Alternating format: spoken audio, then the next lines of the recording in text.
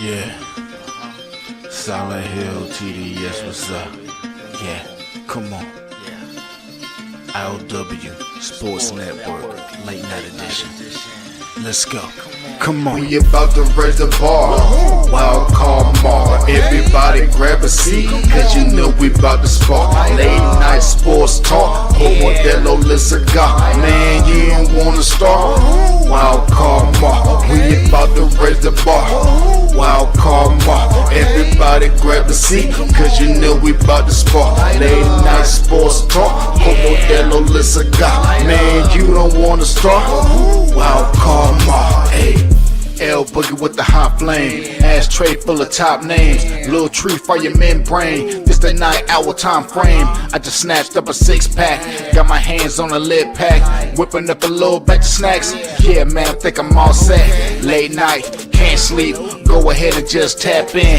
Better grab you a cold one, and we about to get some laps in. Wild card on the microphone, he'll hit you with a couple flurries. Y'all need to just strap in for some entertainment sports commentary. We about to raise the bar. Wild card bar. Everybody grab a seat, cause you know we about to spark. Late night sports talk. Modelo Le Cigar. Man, you don't wanna start. Wild card bar. We about to raise the bar. Wild card bar. Yes, sir. What it do, people? How we doing tonight? Happy Monday night, going into Tuesday, late night hour edition. Your man Wildcard Mari. We here, episode 517. You see what the headlines say. Hey man, we got a lot to talk about. Hey man, there was some MMA action on Netflix this weekend. Man, talking about a money grab. Yeah, that thing was a money grab. If you don't, we'll talk about that Gina Carano, Ronda Rousey little situation, the MMA joint on Netflix.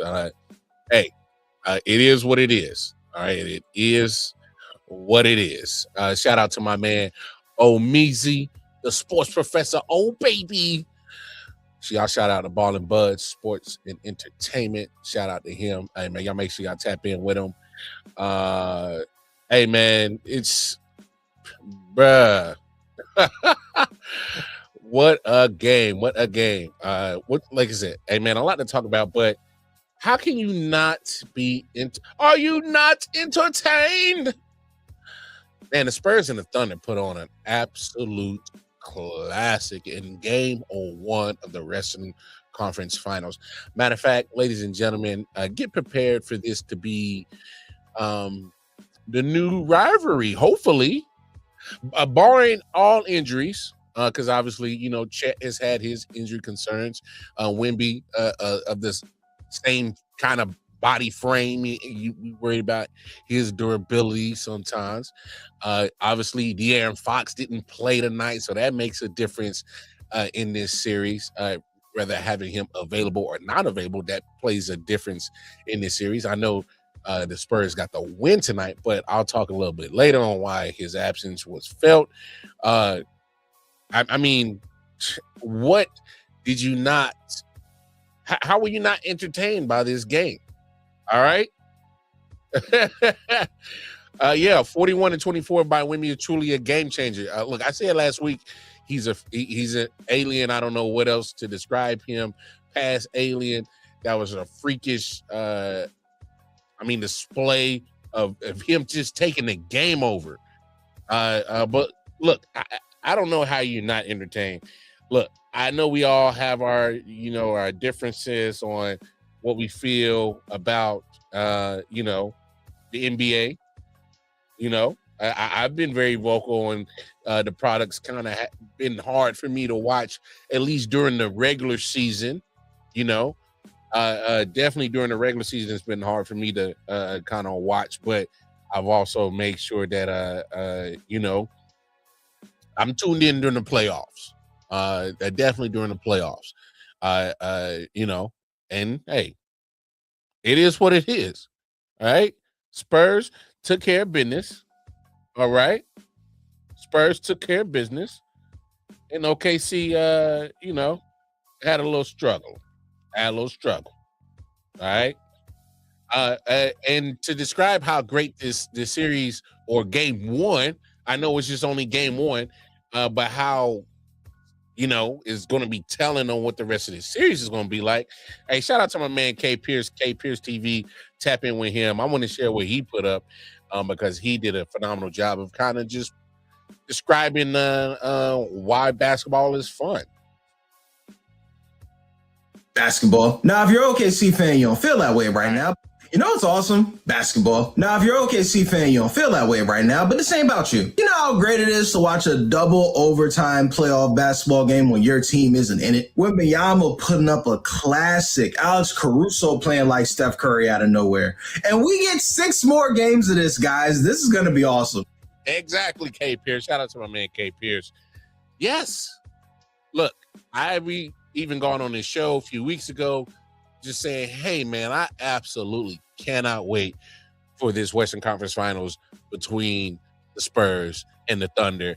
And the only thing, I said this at the beginning of the NBA playoffs, because knowing good and damn well that these two teams were going to be in the Western Conference Finals. I had no doubt about it. All right. OKC was running through Phoenix, ran through LA, 8-0. I mean, Spurs, the Timberwolves kind of made it interesting, but they really didn't. You know what I'm saying? They really didn't. Portland, it was cute. But the Spurs and the Thunder, I had no doubt that those two teams were going to handle business and be here at the Western Conference Finals. And that's not a hot take. I think anybody that watches basketball, sports fan, as religious as I do, or even more than I do, knew for a fact that, hey, there was no way we were not going to get a Western Conference Finals without these two teams. And if we did, we would have to look at the other team that didn't fail to complete this Western Conference Finals. We had to look at them a little different. Like, what's up with you? But here's what I'm going to say about tonight's game. Detroit basketball. Shout out to Bobby G. Hey, man, I texted my bro last night. I was like, hey, man, boot to asses. He didn't want to confirm the W until it says zeros on the clock. I'm like, all right, but fat lady tuning up, all right. But she was full singing. Once that man that helped that undressing of the Detroit Pistons that the Cavaliers did last night. Bobby G's a Cavaliers fan, just in case you didn't notice. That's very trolling on him. Bobby's been letting his petty side out lately, ever since Homeboy got on his channel and to do better. I think ever since then, he's been turning up his petty level on another notch, like ever since that day. But that's neither here nor there. But I mean, my thing is when it comes to the Spurs and Thunders, and let's just look at game one, right? Just look at just game one, all right? I mean, my man, obviously, Wemby is going to stand out, all right? Wemby's just going to stand out. I mean, I said it last week. He's a freak. He's an alien. I don't know what you call that man. He different. Point blank. He different. He's something different. I mean, absolutely crazy what he was doing. And look, the box score to me doesn't even tell you exactly how dominant he was. Did you see how many shots that OKC was scared to take around the rim? Like literally, they were absolutely afraid. And I just gotta call a spade, especially all you TikTokers who was jumping on my post a couple of weeks ago when I said, yeah, I would trade Chet Holmgren for Giannis Antetokounmpo right now, and I would help pack Chet's bags. And a lot of people try to get on me on TikTok.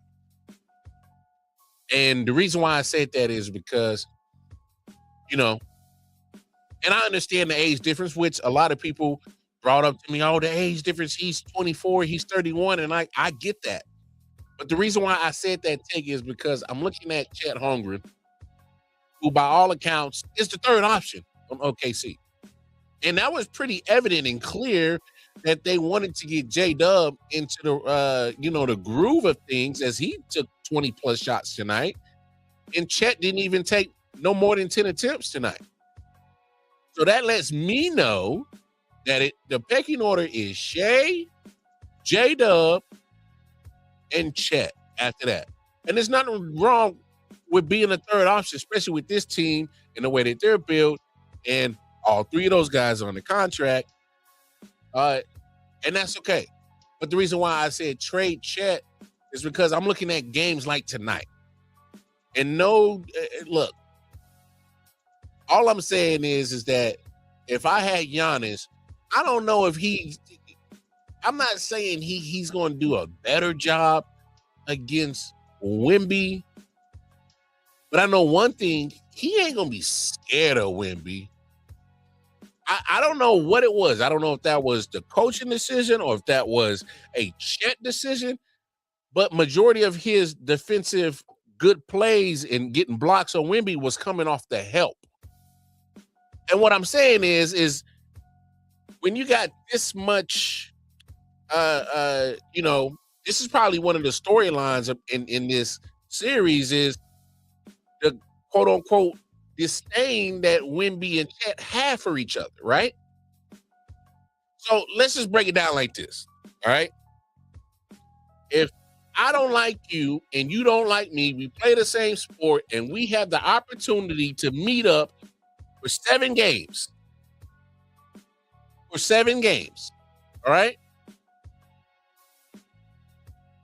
And we pretty much looked at physically the same for the most part, both at least 7'2" plus. Trail. And then we don't like each other. I got him, coach. I got him. If he cooked me, he cooked me. And then you can send the help. Then it is what it is. But I'm going to be the main defender on this dude. All I'm saying is if I'm Chet Holmgren, I want the assignment to guard Wemby. Because Isaiah Hartenstein he all right, but he's not a defensive player of the year candidate like Chet. My thing is we got the reigning defensive player of the year in Wemby. You got a defensive player of the year candidate in Chet Holmgren this year. So what I'm saying is at the end of the day, we should have a one-on-one Chet. We should, by the end of this series, we should be able to put up like a video montage of the whole Chet versus Wemby one-on-one like Leary matchup. We should have so many highlights from them battling one-on-one. But there was times tonight I'm like, damn, Chet, you running? Chet, is you? No, Chet, is you running from the fight, though? And don't get me wrong, like even the block that he made at the end of regulation to send in an overtime that he got on Wemby, it was good. Again, it came off the help.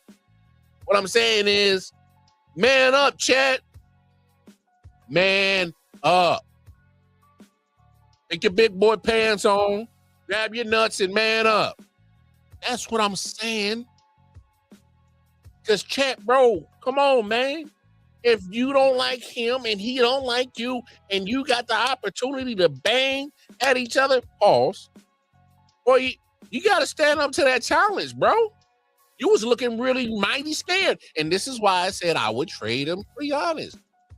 I know one thing, if Giannis is going to get bodied on it, it is what it is. But I think he would have put up a better fight against Wemby one-on-one.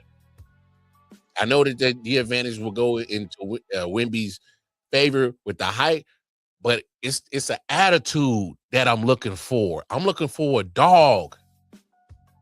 And that's why I'm saying, like, come on, like, you the third option. J-Dub, literally came back after a month, and they said, oh, you got to get this guy involved. That shows me how important that guy is to what that whole OKC situation is. Not saying Chain ain't, What I'm saying is Chet, in my opinion, Chet would be the piece that I would move if I felt like this team needs something else to go over. Not saying they're not a good. Obviously, we know that they're a good franchise. We know they're a good team. Look at all the trade capital they got easily. The draft capital, I should say, that they have. All the picks they got over the next few years. Come on, man. Money that they got. Come on, man. The OKC Thunder could literally be a dynasty in front of us for the next, at least as long as they want to. With all the capital that they got, money and draft combined. They can be a dynasty. But barring injury, that guy Wemby is going to be in the way of them. And not saying that this series is over, because I think this series is far from over. But we got to be real about Chet Holmgren and what his place needs to be and how he needs to be effective in this series for OKC. He has to be more aggressive, especially on the offensive side. I get it. Let's get J-Dub involved. He hasn't played in a month. I get it. But Chet has been here. He needs to be involved. And he can't be timid. You can't run from the fight, big dog. You can't run from the fight. If you're not going to be productive on offense, then damn it, I need you to be the defensive player of the year candidate that you are and disrupt Wemby. I'm not saying like, damn, like stop Wemby. We know how that's hard. We know how that's damn nearly impossible for the most part. I'm not saying stop the man, but damn it, you need to man up and be the guy that says, hey, this guy ain't gonna get 41 on us. That's what I'm saying. Like, come on, Chet. Man up. Like, come on. That's just me. I think that's gonna be a big key to this series is what you get from Chet Holmgren. Because J-Dub came back after a month, took 25 shots, made 11 of them, all right? Relatively clean, only 2 turnovers, respect.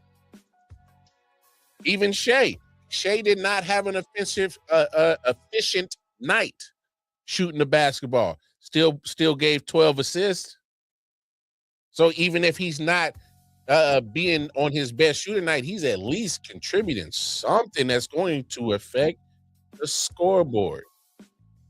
But besides those 2 threes and a couple of free throws that Chet gave us, he was pretty much non-existent. Pretty much non-existent. Okay? I'm just saying, if this Thunder wants a repeat,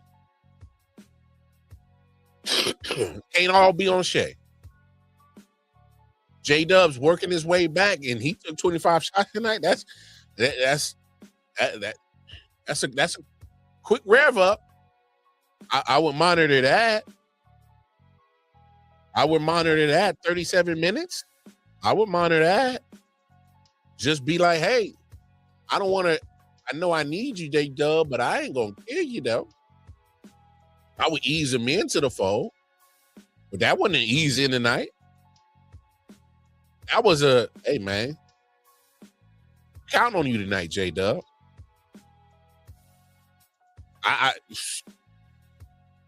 Hey, Chet got to get involved. Chet got to get involved. But I'm also looking at Alex Caruso. What was that?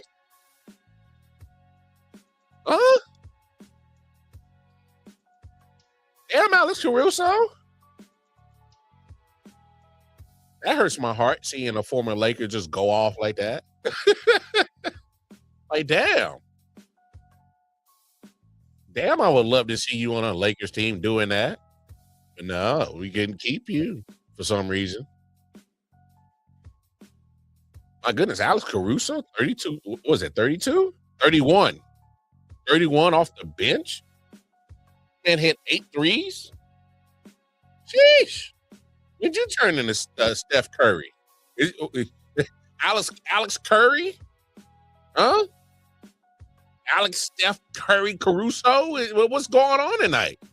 That boy must have slept in some good poutine last night. I don't know. That must have been some good coochie. That man came out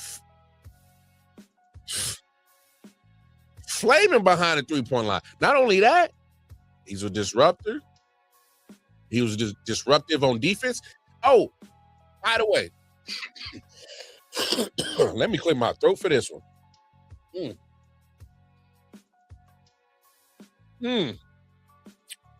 Here's another reason why I would trade Chet Holmgren. What the hell are you so scared to guard Wemby? And I've already said that. But it just bringing up Caruso's name just brought this back to me. The hell that you were so scared, Chet Holmgren, to guard Wemby one-on-one. They put Alex Caruso on him. And he held his own for the most part. But when shit hit the road, when shit really had to go down, especially in OT, and y'all kept putting Caruso, and Wemby said, all right, you keep putting this little dude on me? Yeah, that was cute. He got a couple of steals. Good night. OKC, go home. Fans, shut the hell up. All this whoop. Hey, hunk-ass Chet Holmgren, I got to put Alex Caruso on Wemby to guard him because your punk ass didn't want to. Hey, if I'm a Thunder fan, I'd be like, I don't know. Are we sure about Chet? I'm just saying, come on now. You was that scared of the challenge? The coach had to put Alex Caruso on him? Isaiah Hartenstein, whatever his name, say his damn name, he couldn't do nothing with Wemby. You were defensive player of the year candidate. So let me get this right. Chet, you are a defensive player of the year candidate for everybody in the league except Wemby. And I get it. I'm not asking for you to shut down Wemby. Disrupt him. Make sure he don't get 41. And my thing is, hey, we give Rudy Gobert hell, but I'm not saying he played the best series against Wemby. But you know what he didn't do? He ain't run from the challenge. I'm looking at game 1 against the Timberwolves. Rudy was the main defender against Victor. 5 of 17, 11 points. Okay, let's go to game 2. Okay. Go to game 2. Okay. 19 points, 7 of 15. Okay. All right. Let's go to game 3. Okay. So Victor finally started figuring it out. 39 points, 13 of 18 shooting. All right. Not saying that Rudy didn't shut him down, because he didn't.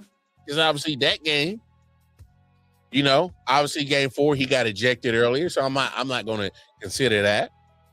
He got ejected in the early in the second quarter. So I'm not going to throw that in there. All right. 9 of 16, 27 points on the game 5, returning from the suspension. And Rudy had no chance that night. He had a pissed off Wemby, got him, kicked me out. All right. And then in the closeout game, couldn't, 6 of 11, 19 points. Victor really didn't play that much. It was a blowout. So I'm really not going to throw that. For the most part, Rudy did pretty solid against Wembanyama. All right. Rudy's a defensive player of the year winner before. Won a couple of them. Few of them, if I'm not mistaken. So if Chet, you are a defensive player of the year candidate, could possibly win it this year. That means you're supposedly an elite defender, right? Well, be elite. Stand up for the challenge.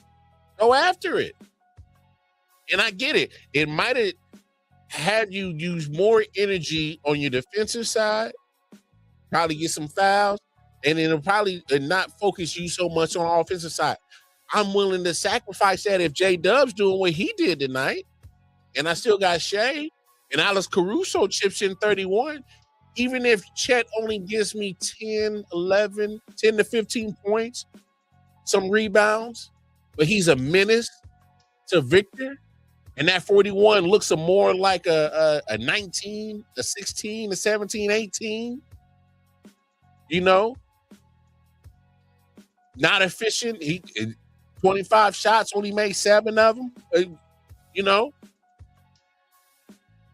I'll sacrifice a little bit of less offensive Chet for defensive player of the year candidate Chet if he slows down Victor. I'm just baffled, bro. I'm like, damn, Alex Caruso's guarding him now? Damn, fam. I don't look good for you, bro. You look scared of the fight. Look scared of the fight. You scared of the fight, Chet? You got some dog in you? I don't know. Are you a pit or a poodle? You was looking real poodle-ish tonight. If you were scared, just say that. Don't be scared. I mean, come on, man. I was a little worried about that. But enough about the Thunder. We actually got to talk about the winners tonight. We got to talk about the ones that handled the business tonight. And no disrespect. And I'm not gonna say this series is over because it's not. It's not. There's gonna be some adjustments. There's gonna be some things that need to go down, things that need to get changed. But I'm like, come on. The Spurs found out that they weren't gonna have D Fox early, like few hours before the game started. And I got to give, Seal some props. He made some few plays down the stretch. Although he has to, I'll probably be a little bit more, try to get a little bit more efficient around the 3-point line. But that's nitpicking. Castle gave 17. So all starters are in double figures for the Spurs. So it was an all-team effort. All right. Even got 13 off the bench from Johnson, your 6th man of the year. All right. So he did his job as 6th man of the year. All right. But Dylan Harper, 24 points, 8 of 20. I know it ain't the most efficient thing. A double-double, 11 boards, 6 assists. Castle, I know he had 11 turnovers, but he gives you 11 assists. I know that pretty much washes it out. But, hey, I know he made some mistakes, but damn, he did some good too. Let me get the ball to the right people. He did that pretty well, especially down the stretch, giving the ball to the Wembanyama. Hey, I want to win. Hey, Victor. Smart, right? All right. Basso again did his thing. All right. Champagne. He did his thing. He's in double figures. And then Wembanyama, the glue to it all. And this is what's so crazy about this series. D Fox wasn't there. And here's where D Fox plays a part in how this series might change going on for the next few days. So those 11 turnovers from Castle would significantly shrink if D Fox was here. Because D Fox primarily is he's going to be the ball handler, distributor, all that. But, he's not going to have 11 turnovers, especially in a moment like this. He's been to the playoffs a couple of times, a more savvy veteran, more experienced. So he brings that to what the Spurs can do going forward. I'm still a big De'Aaron Fox fan. If he doesn't have a bad ankle and he plays tonight, I think the Spurs still win. Yeah, and margin might be a little bit larger than what it was. Maybe they don't even get into overtime. But my thing is you look at how the Spurs are just, they seem like they just are so young that they don't even know what the hell's going on. Like they are in such a, I guess, young person's reckless thought process where they just feel like, you know, we just playing ball. We ain't got nothing to lose. We just having fun. Whereas, damn, and they was getting after it.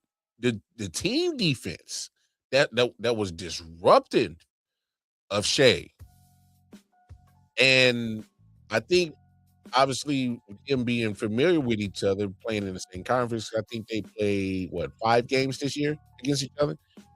I believe it's 4-1 in favor of the Spurs.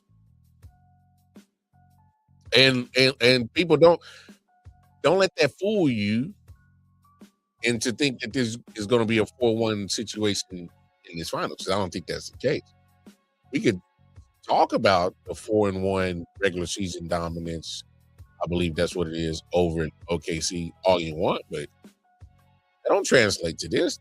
This the Western Conference Finals. This is a trip to the, the finals to go get that Larry O'Brien. There ain't nobody harping on some 4-1 regular season matchup wins series, especially without being context, because I don't recall, was everybody healthy? Was somebody missing? So I don't know those things. And obviously, with J-Dub missing a whole month, he probably was sitting out because he sat out a good chunk of the regular season and wasn't healthy. It is what it is. But D Fox coming back, that's going to change the dynamic of this series. And I don't have a dog in this fight. So just give me 7 games and may the best team win. But that damn Wembanyama, man, he might be a roadblock, barring injury again. Barring injury, he might be a roadblock to this dynasty getting built in OKC. Because it's like OKC is trying to build the foundation of this dynasty home, right? Obviously I'm not a house builder, but I know a little bit on how, the foundation, They got the foundation, right? Now they trying to put up the frames and whatnot, try to actually give the house some structure. That's what they trying to do. You know what I'm saying? They trying to finish this house up. They got the foundation down, got the frames up, the walls up, got the roof. Now they trying to put the doors on the thing. They trying to put the windows on the thing, design the kitchen and the bedrooms, the finished basement. They trying to design all that. That's stage that OKC is at right now. If this continues to go how it's going right now, the Spurs are the financiers who are refusing to finance the project. Hey, halt construction, timeout this dynasty house, timeout. I swear that's what the Spurs are trying to do, and Wembanyama is spearheading it. And they got a chance to really put a wrinkle or a way to deter this dynasty that's getting built. And I also just kind of thought about it this way too. Say the Spurs take care of the Thunder in this series. Is there a possible way that y'all can see now that they would make a trade? Because it kind of put me in that same vibes as the Warriors were. We beat the Cavs 2015. Granted, okay, Love. Granted, no Kyrie. We win the championship. 2016, K-Love's healthy. Kyrie's Irving. He's there. He hits a big shot. They lose this series. And I get it. It was 7 games. They were a 73-win team. What did they do in that summer? Oh, that's right. They said, hey, we're good. We're great. But we could be damn near excellent. They go get Kevin Durant. So what I'm saying is there a way that my trade scenario might actually come to fruition? Especially if Chet continues to play like he did tonight. Very pedestrian. Because if I'm OKC, I'm saying, hey, we're a great team. We could damn near be excellent. Because I got money and I got draft capital. Who wants to talk turkey? Business is open. I'm just saying. If they don't get to the finals, could that not put them in the same scenario as the Warriors did? And they say, yeah, we're great, but we could be damn near excellent. Let's go get KD. If the Thunder was like, well, we're great. Let's go get Giannis Antetokounmpo. We could be damn near excellent. That's all I'm saying. That's all I'm saying. But it's going to be a great series. It's going to be a fantastic series. Absolute fantastic series. It's just a shame that this is our Western Conference Finals. I mean, because what I'm saying is that the finals are going to have to bring it to top this. They're going to have to bring it to top this. This is going to be hard to beat for the rest of the playoff. Of anything that's going to top potential what Spurs and Thunder can be for the rest of the series. That's 6 more opportunities to be just as good as game 1. Before we move on, I gotta say this sometimes I think this guy is batshit crazy. He's a nut. Sometimes I think he be I guess throwing out hot takes to, I guess it's a strategic move. But Gilbert Arenas, right? He say a lot of things. But I thought this was funny, and in relation to Victor Wembanyama, he was there, but Ant-Man. So let's listen to what my man No Jill Gill had to say on the probably one of the only few occurrences that I agree with what he's saying. Like conduct, right? And this is why I love being on this side now. You can't pick and choose when you want to use sportsmanlike conduct. You can't use that. Don't now hate Ant-Man because he's shaking their hands. It don't matter when. He know he was getting subbed out. He knows after this game is over, I'm not going to want to go down there. My locker room is right here. And I'm you know what? I just want to get the hell out of here. So in real time, he goes, let everybody, good game, period. If he walked off the court at the end and didn't shake the hand, you're going to say he was a sore loser, right? You know that Michael Jordan and Isaiah Thomas beef, not shaking hands. You guys pick and choose when you want to be all sportsmanlike, friendly. And he showed the ultimate respect. Like, I don't see nothing wrong with it. And what he's talking about, obviously, Spurs demolished the T-Wolves. And it's like 8 minutes left. And Ant-Man, like Jill said, he was about to get subbed out. And so he went ahead and dapped up the Spurs saying, hey, good game. And a lot of people have, they jump on Ant-Man's back for that. Jumped on his back. Oh, man, that's weak. That's right. That's a sign of giving up. Hey, man, I'm going to be honest with you. I don't know why people are so up in arms. And that's why I agree with Gil. Why were you, into the game, he's already getting subbed out, getting his ass kicked, teams getting demolished, and he does not shake hands. Ant-Man's a sore loser. You gotta, in order to know how to win, you gotta know how to lose. Yeah, here come the trollers. Here come the people out with, the morality police. I am mighty police here. Oh, you're such a sore loser. Hey, man. Why we gotta make something out of nothing? Man, show sportsmanship. Hey, man, great series. Y'all go do y'all thing in the WCF, man. I don't really. I know it. Come on, man.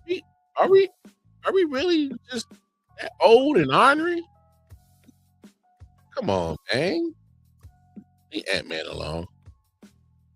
If I'm Ant-Man, I wouldn't even respond to none of this. I wouldn't even care. Cause I'm like, bruh, I tried my all. I was hurt. Tried to whip my team. And we just didn't have enough in that matchup against the Spurs. We just don't match up well. And just leave it at that. Like, come on, man. This is crazy. Picking and choosing. Oh, that's unsportsmanlike. He shouldn't have done. Come on. And I don't want to hear nobody, he quit on his team. No, man. Y'all gotta relax. People gotta relax. Go touch some grass. Go get some ass. Go do something. Go free your mind. And the rest will follow. Go get right. Get it right. Get it together. Come on, people. What's going on? Are we really that?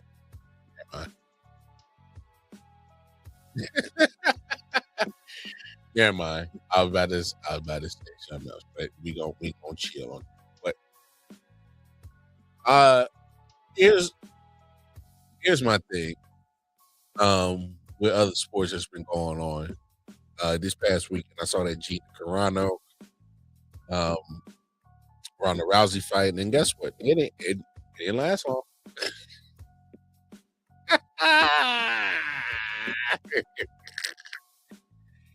It didn't last long at all. And I'm kind of like, what was everybody expecting? Clearly, what was your expectations on that fight? Because mine were real low. I only watched it because, hey, back in her heyday, Ronda Rousey was a bad motherfucker now. And she took the UFC by storm. All right? Bad motherfucker. Gina Carano. Loved her.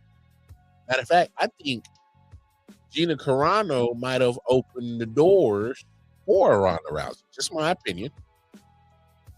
It's my opinion. So when they even announced this fight, I wouldn't even move. Only watching it just because, well, hell, I need to watch it because they charging me. Netflix be charging me, and they about to double their price again. So hell yeah, I'm gonna watch it. It's what I'm paying for. And the rest of the other card actually wasn't that bad. Obviously, Nate Diaz, I love watching him fight, even though he was getting his head bumped around. I love watching his fight. It's always entertaining. But my thing is that Gina Carano is 44 years old. Okay? 44 years old. All right? And here's where I say Ronda Rousey is 39. So she's slightly younger, by 5 years, but in that time frame, I'm saying professionally for what Gina Carano was doing in MMA, kind of, she was pretty much the talk of the women's division, was mowing down everybody, beating everybody up. Then she ran into somebody named Chris Cyborg, and that was it, Gina Carano. All right. Gina had done some movies here and there. She was in a couple of movies. I think she might have been one of those Fast and the Furious movies, if I'm correct. They got so many damn movies, versions of it. I can't remember. Well, she might have been in one of them, but I do remember Gina Carano was, you know, they're like, oh, it's a cute woman face, and you know, because Gina Carano, that's why I love this dude. She was cute, and she beat, yeah, had a crush on Gina Carano. Who didn't? Loved her, but she kind of was, I guess, one of the first females, even though she wasn't, but she did bring some attention to MMA and popularity, and you know, done some other adventures outside of it. And I'm not saying she's a trailblazer, but if you look at Ronda Rousey's career, they're really not too far off. She might have made a little bit more money than Gina Carano, but same kind of essence of the blueprint when you compare Gina Carano's career to Ronda Rousey. You know, face of the women's division, suffered a bad loss and kind of alter it. You know, Holly Holmes was the beginning of the downfall for Ronda Rousey. She ended up losing to a couple other people. But yeah. Whereas like they were the women's fighter put on the pedestal, and then all of a sudden once they got brought down to earth, they kind of really just disappeared. And ladies and gentlemen, if I told you a 39-year-old woman who ain't fought in a minute and a 44-year-old woman who ain't fought in a longer minute, we're going to fight, there's no way I can interest you, right? But here's the thing. And here's why I call it an MMA money grab. And this was not a rigged fight. Because here's what's hard. Yeah, that was a bloody mess. Nate Diaz is always bleeding.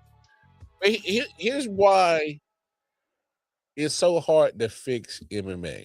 It's because how do you fix somebody literally punching you in the face? What I really am saying is that once Gina was in that armbar, it was over. Because what are your choices? I already got the money. Because say what you want, and I'll talk about this in a second, the promoters and people who was involved with this, they probably already got a check, already got paid. They're already good. You just need to make sure that you show up to fight. And that's it. And the promoters of this fight were smart to put on two larger-than-life names that were part of the MMA world. And this is how I know that this was a good check. Gina Carano is 44 years old. Like, come on. What are we talking about?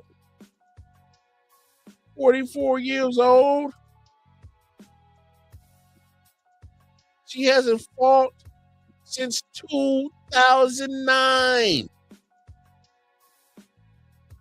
So when Ronda got her in that arm bar, of course, she was going to tap because you only got a few decisions. And you better think of it quick. One, you snap. As in Ronda would have snapped that arm like a twig. The second option was to fight through and find some way to get out of that armbar, which it was impossible at that point. That's Ronda's go-to submission. That's Ronda's. You talking about do something in her sleep? She put motherfuckers in the armbar in her sleep. That's what she dreams about, is putting motherfuckers in the armbar. That is her go-to move. So there was no tapping out. Or no getting out of that, I should say. All right. And so there was no option but to tap. Because if I'm Gina Carano, I'm thinking like, yo, got my money. I done did all this weight training. You know, this fight, it was great for Gina because she got back in shape.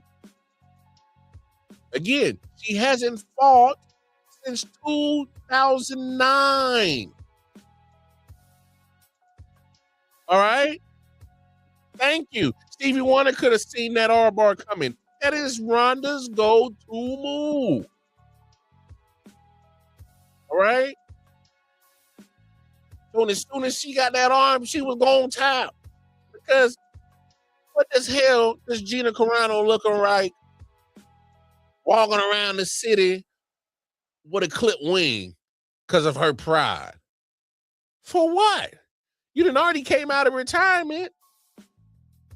It's been 15 years. I'm trying to let you know. All right? Retired people are not trying to unretire. They trying to, especially this long, 15 years. The only way you get me out of retirement is the check gotta be nice. Because if I'm gonna put my body through this, through the training, through the actual fight, mental, physical, spiritual drainage that you just coming out of you. All this mental, spiritual, physical energy just leaving your body for this one fight. 12, 14 seconds. I think it was 14 seconds. Did all that for 14 seconds. And if you think that I'm going to break my damn arm when I already got the bag, no, sir. She made a business move in more ways than one, Gina Carano. One, I'm taking this big bag of money that these fools wanted to give me, and damn it, come on now. I am not gonna be a 44-year-old broad walking around with a clipped wing because of my pride. No, sirree. So the fight went down exactly how I thought it should happen. And I guess I was surprised on how quickly it happened. I didn't think it was going to be that short. Like, damn.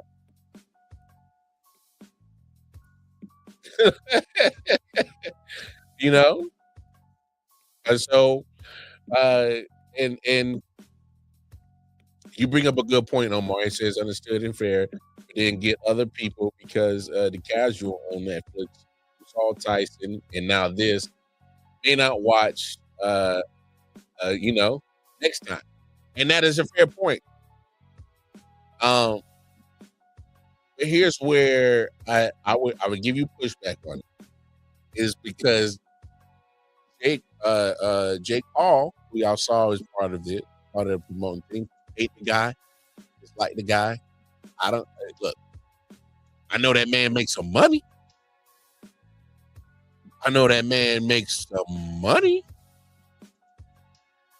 The fact that he got Gina Carano to come out of retirement for 15 years means what? That's right. He gave her some good damn money. You don't think Ronda Rousey? Oh, she was happy to take this fight. And didn't y'all see how she been popping her lips since that fight been announced? Because she wanted to bring attention to the fight because she knew that she got a big old bag of money waiting for her. She played her role. She played her hero role good. Y'all saw all them comments she was saying about other folks, about UFC, WWE, other MMA fighters. Oh, she had to get the gab. Just that fight was announced. So she wasn't stupid. She said, hey, man, we got a big bag of money coming. Let's sell this joint. Let's say some dumb shit. I think I could do that. Yeah. That's what she did. And I get that point. There's going to be fans that are not going to be happy about this. But you know who you should blame? Why don't you blame TKO? Blame UFC. Because before UFC got sold to TKO, they still were having problems paying their fighters. And before you fools jump in and say, oh, well, Conor McGregor got the money, guess where he had to go get the money from? He probably made more money in that Mayweather fight than he probably ever made his whole MMA career. I don't know how that is because Conor McGregor ain't sharing his finances, so I don't know. But I'm willing to take a guess. Willing to take an educated hypothesis, a guess. Educated guess. I got a hypothesis that maybe that's the reason why Conor took the Floyd Mayweather fight. Because I don't think it was for him to show that he could actually beat Mayweather. No.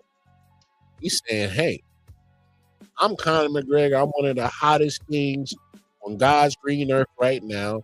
And, that's Money Mayweather? Oh, he's still a very popular, polarizing, needle-moving athlete. I do combat sports. He does boxing. His element of boxing and what I do. I'll box you. Say what you want. Conor wasn't stupid. He saw how Floyd was a promoter and got the money. Conor said, hey, man, I'm doing all this training. Do this one fight. I'm over here selling out pay-per-views. I'm doing this. I'm doing that. And my pay ain't reflecting of what the money you making off of me. Not even close. I don't even probably get 50% of all the money that you made off of me, and you still got enough to feed generations plus more. And I ain't seeing it as a fighter. They were never really seeing that money. John Jones as a champion. I ain't gonna use him as a argument. He kind of self-sabotaged himself, so I ain't. Francis Ngannou, who was on the card. Did you hear his post? Matter of fact, of John Jones, when he said, I would love to fight John Jones. He's a great fighter, but he doesn't know how to do business. That was a pure straight shot at Dana White, TKO, UFC. Francis Ngannou was one of the biggest heavyweight champions of all time. He walked away from UFC. I'm a champion. I should be getting this. I should be getting money. What's really going on? Say what you want. Francis Ngannou got smart. He said TKO, UFC, whatever it was at that point in time. I don't know if the merger had already gone through. Francis was like, all this. How's it? Maybe we should. His revenue split ain't looking too pretty. He dipped. And guess what he did? He even got his money grabbed. And got knocked the fuck out by Anthony Joshua. And I bet you he got a big ass check with that knockout. He laughed his way straight to the bank and to a pillow so he could go right back to sleep and get knocked the fuck out. But he saw the business. That wasn't just a jab at John Jones. That was a direct jab at TKO and Dana White in UFC. Where he was talking about that business part. Because it didn't matter. Yeah, I'm getting paid. Getting paid with this Netflix thing. People could call it a circus. People could call it whatever you want. I've never been a big fan of it when you got these old dudes or some of these people who are about to, hang up their MMA gloves in probably a month or so. But they got some weight to their name. And that's why I think sometimes where I agree with Omar's comment right here, but because the people that are being used still carries weight. Jake Paul and these people he's involved with, they understand that. They understand it. And they're willing to put up the money to get them because they know they're going to recoup it off the viewership.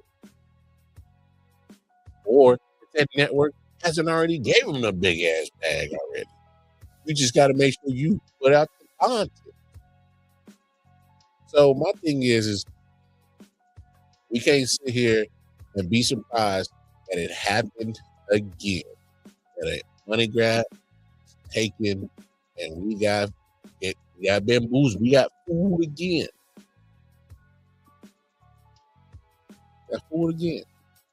They gotta pay. They gotta pay their people, man. You probably don't have the Francis Ngannou walking away from your company and go get his bread. Conor maybe don't have to fight Floyd to get his bread. He probably still would have done it because that was a big ass check. My main point is we can't sit here and be surprised when you see fights like that between Gina and Ronda. Because if you look at the whole situation in totality, matter of fact, Ronda ain't been in the MMA cage or done MMA event in, what is it, 5-6 years or something like that. I didn't even know it. Again, Gina was 2009, right?